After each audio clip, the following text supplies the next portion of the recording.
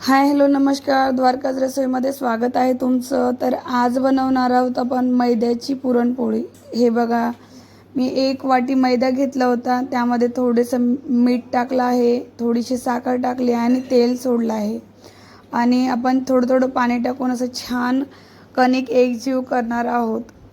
हे बघा, छान अशी मैदा असल्यामुळं थोडंसं चिकट होतं, पण पुरणपोळी इतकी छान लागते, एकदम लुसलुशीत बनते. याला पुरणपोळी बनवण्याच्या पहिले 1 तास पहिले भिजवत घालायचं आहे आणि नंतर थोडंसं तेल सोडून 1 तासासाठी असं सोडून द्यायचं आहे. तर हे बघा, माझं मळणं झालं आहे. चिकट असल्यामुळं असंच मळून सोडायचं आहे. आता वरतून तेल सोडायचं आहे त्याच्यावरती, कणिकवरती, आणि 1-1.5 तासानंतर आपण छान अशी पुरणपोळी बनवू शकतो. बनवण्यास तयार होणार आहे आटा. यामध्ये आपण छान मीठ आणि साखर आणि थोडंसं तेल आणि पाण्याने कणिक मळून घेतली आहे. हे बघा, झाली आता कणिक तयार. आता 1 तासासाठी छान अशी तेल घालून यामध्ये आपण भिजवत ठेवणार आहोत. आता छान अशी भिजवत ठेवणार आहोत. हे बघा, मस्त अशी कणिक झाली आहे. हे बघा, सैलसर आहे, थोडीशी मऊ लुसलुसीत होते बघा, छान. हे बघा, छान असं तेल सोडलं आहे आणि झाकून ठेवून द्यायचं 1-1.5 तासासाठी. जास्त वेळ होईल तितकं चांगलं आहे.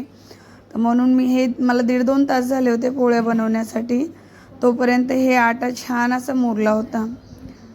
तर आपण एक एक करून छान असं त्याची छान अशी पाळी बनवून घेणार आहोत नंतर, आणि मस्त अशी पुरणपोळ्या बनवणार आहोत.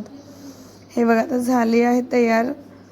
आता झाकून ठेवून देणार आहोत आपण याला 1 तासासाठी. छान अशी पुरणपोळी होते कमी वेळात आणि झटकीपट. आणि छोटंसं एक लिंबू इतकंच आकार घ्यायचा आहे, त्यामध्ये छान असा लड्डू बसतो. इतकं छान परफेक्ट त्याला आकार येतो पुरणपोळीला, मऊ लुसलुशीत बनते. हे बघा, झाली. आता मी थोडंसं छान अशी परत मळून घेणार. 1 तासानंतर हे बघा, तेल सुटलं आहे साईडला. आता ह्याच तेलामध्ये पूर्ण तेल आपल्याला त्या कणिकमध्ये मिक्स करायचं आहे. हे बघा, छान असं मी त्याला एक जीव करणार आहे, जेणेकरून ते ऑइल सुटलं होतं ना जे तेल, ते पूर्ण त्या कणिक ओढून घेणार आहे आणि त्यानंतर छान अशी लुसलुशीत पोळी बनणार आहे. हे बघा, झाली आता कणिक आपली छान अशी तयार. जशी आपण नानला बनवतो ना, सेम तशीच राहणार आहे ही पण. हे बघा, नानचीच कणिक राहणार आहे. झाली आता बघा तयार. हे बघा, छान अशी चिकट बनते. तेवढ्याचीच एक पुरणपोळी मस्त बनते बघा. एक लिंबू इतकाच आकार घ्यावा लागतो. हे बघा, मी रात्रीच पुरण बनवून ठेवलं होतं फ्रीजमध्ये. हे बघा, आता घट्ट असं पुरण आहे.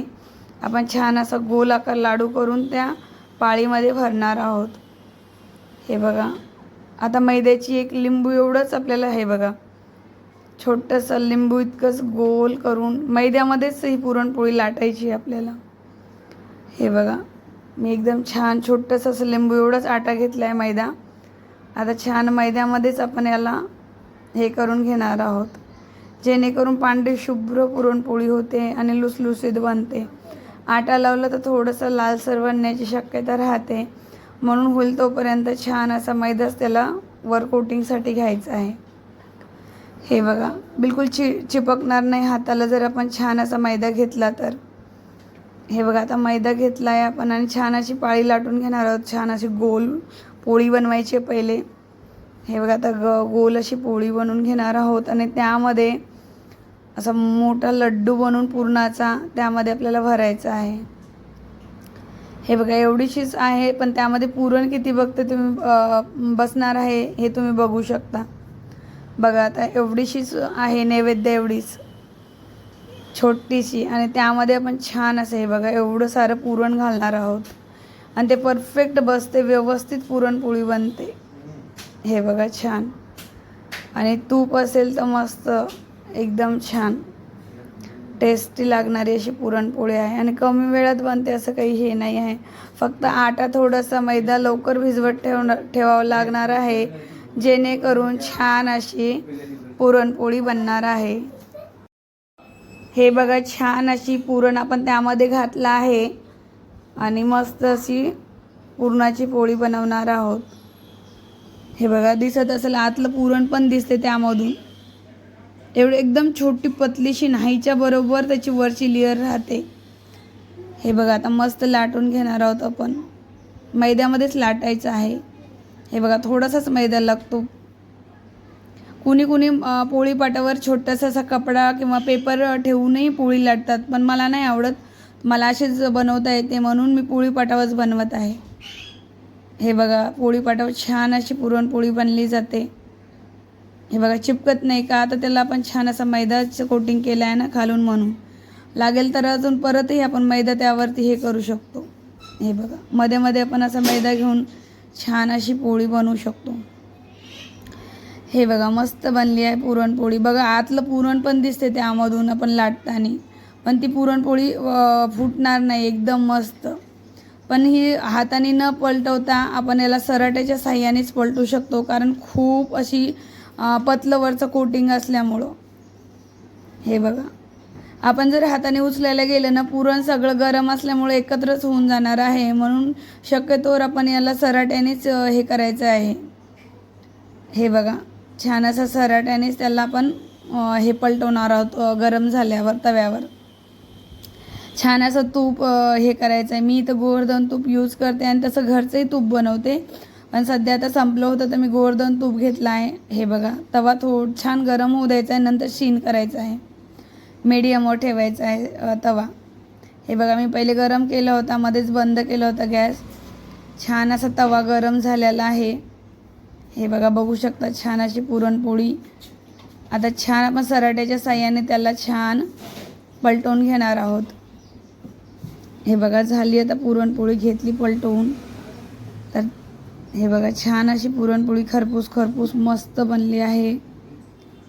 या अगोदर मी पुरण कसं बनवायचं याचाही व्हिडिओ अपलोड केला आहे, तेही बघू शकता. कसं प्रमाण घेतलं काय हे तुम्हाला समजणार आहे. आणि त्यानंतर आपण कणिकची तर नेहमीच बनवतो, पण ही मैद्याची खुसखुशीत अशी मस्त पुरणपोळी बनते. हे बघा त्यावरती साजूक तूप असेल तर एकदमच मस्त. तर हे आपण छान अशी पुरणपोळी तयार आहे. तर आपण खूप कमी वेळामध्ये जशी कणिकची बनते ना तशीच बनते, पण खूप जणांना वाटते सैल आटा आहे, एवढा पतला आहे तर कसं बनवणार. नाही खूप छान बनवता येते. हे बघा किती मस्त टम्म फुगली आपली पुरणाची पोळी. हे बघा मस्त. हे बघा मी हाताने हे केलं तर थोडीशी हे झाली आहे. शक्यतो आपण सराट्यानेच त्याला हे करायची, पलटवायची आहे.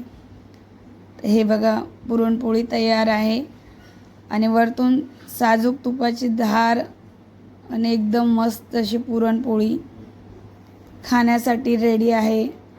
आवडल्यास चॅनलला लाईक, शेअर अँड सबस्क्राईब करा. हे बघा नवनवीन रेसिपी माझ्या पेजवरती तुम्हाला नेहमीच बघायला मिळणार आहे. हे बघा छान अशी तुपाची धार आणि मस्त अशी पुरणपोळी खाण्यास तयार आहे. तर भेटूया नेक्स्ट व्हिडिओमध्ये. थँक्यू.